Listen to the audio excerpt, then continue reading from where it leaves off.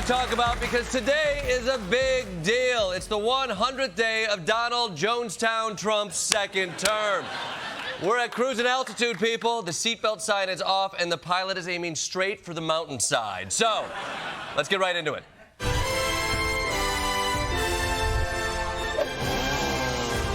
Will there be a little disturbance?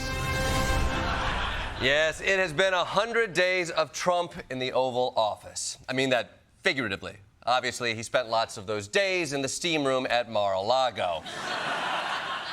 Picture it. I'll wait. Can you see him glistening? Picture it. Oh, yeah? Yeah? Oh, put it in your head. Put it in your head. Don't make me put up a picture, all right? I'm doing it. Yeah. Oh, yeah. Even hotter than your imagination, huh? What were we talking about? Right. It's Trump's 100th day. I think. Tuesday will mark President Trump's 100th day in office. President Trump's 100th day in office is coming up this Wednesday. Tuesday is going to mark President Trump's 100th day. Wednesday marks the 100th day. On Wednesday of this week. It's actually Tuesday. Wednesday, April 30th. Tuesday. Wednesday. If you count January 20th, his inauguration day as day one, then tomorrow is day 100. It's simple math. You just look at the calendar and count days. Oh my God! This is how divided we become under Trump. We can't even agree on how counting works. Apparently, Wednesday is now a partisan issue. I mean, it's hard to think of a better metaphor for how the first 100 days have gone. But here's one.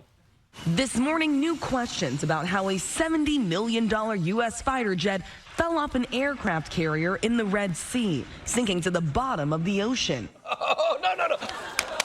America's doing great. We're doing great. Yeah, sure, some of our fighter jets are kamikazing themselves instead of serving under the Hegseth regime, but things are fine. I will say, you know who this is good for? The Little Mermaid. You know? Think of how excited she was when she found a fork. Now she's got an F-18 fighter jet. Legs, I got wings, baby. Woo! You're part of my world now, bitch. So, yeah, bit of a shock. But the good news is the military says the plane can be salvaged. They just need to get it out and plop it into a really big bowl of rice. Good as new. Okay, so that was a bit awkward. And to put an even bigger damper on Trump's 100-day celebration, our neighbor to the north celebrated last night in a very disrespectful way. Taking on Trump and winning at the ballot box. Last night, Canada's Prime Minister, Mark Carney, and his Liberal Party winning re-election after a stunning turnaround. Voters were swayed by U.S. tariffs and comments from President Trump about making Canada the 51st state. I think who I voted for would be the best to take care of Trump, because Trump is, I'm sorry to say, an asshole.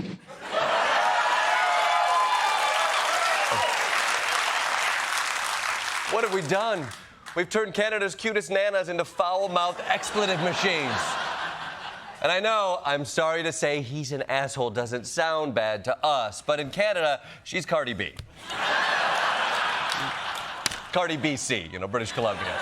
But yes, thanks to Trump, the Liberal Party just pulled off a historic comeback, winning all the major Canadian demographics. Hockey moms, hockey dads, hockey non-binaries, hockey seniors, hockey players, and of course, hot Ryans. But the winner of all this anti-Trump energy was new Prime Minister Mark Carney. And his victory is all the more impressive when you see that he is not the most traditionally electric candidate. A system that, while not perfect, has helped deliver prosperity for a country for decades, is over.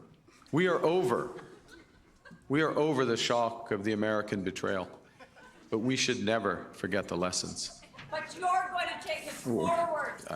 We have to look out for ourselves. Wow. This lady was trying to be his hype man, and he's like, ma'am, please, this is a victory party. This is no place for excitement.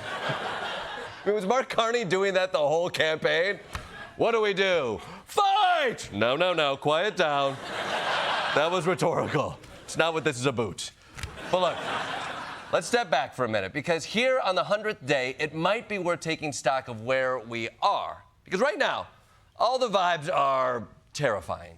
Trump is overreaching, he's breaking rules, he's ignoring judges, he's collecting all the infinity stones, he convinced the Pope to do the eat a hot dog without chewing challenge.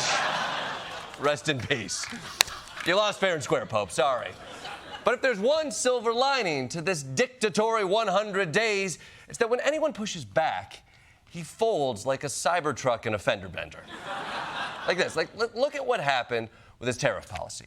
He's been hyping up tariffs for decades. It was the centerpiece of his campaign last year. The most beautiful word in the entire dictionary of words is the word tariff. I love tariff. Tariffs more beautiful than love. Let's put God number one. Let's put religion number two. And then it's tariff. Tariff. Tariff. Tariff. My favorite word. Tariff. Tariff! He says tariff like I'm trying to take a bone out of his mouth. Tariff! Tariff! It took less than a week of market turmoil, and suddenly Trump was like, backsies. Tonight, the stunning about-face from President Trump. People were jumping a little bit out of line. They were getting yippy, you know? Yippee! I mean, what kind of autocrat bails at yippee? Putin wasn't like, I was gonna annex Crimea, but then they gave me the stink eye, so das vidanya. Look, and tariffs are just the most famous example. He's been backtracking all over the place. Just for example, he unfired federal workers he had fired. He put back DEI web pages he had taken down. He uncanceled student visas that he canceled. He unnominated the attorney general he already nominated, and so on, and so on, and so on. At a certain point, you've got to ask, does Trump even want to be a dictator? Because I've never heard a dictator call backsies this much. And say what you want about Hitler, which is a sentence I immediately regret saying. But the guy stuck to his guns. It's Mein Kampf, not Mein Bad.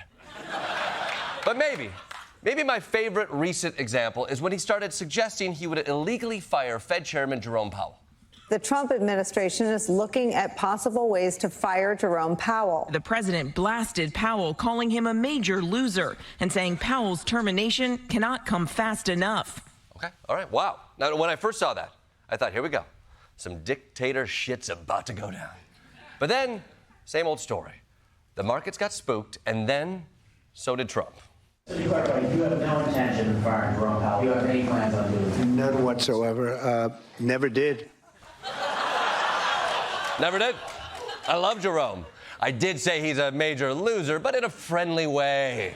Hey, my loser, you know, no hard R. I mean, it's good that he backtracked, but it does make it a little awkward that he already called him an incompetent loser. It's like hearing someone say, that guy is the worst, dumbest moron I have ever had the displeasure of knowing. My days are darker and sadder in their presence. Anyways, I do. Look, the point is this.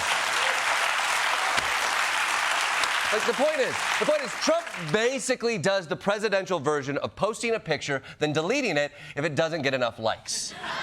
Which makes it all the more frustrating to see so many law firms and universities and companies bending the knee to Trump. They don't have to. Chances are, if you push back, he'll take it back. Either that, or he'll send you to El Salvador for a few years. But then you get a selfie with Kristi Noem, so it's worth it.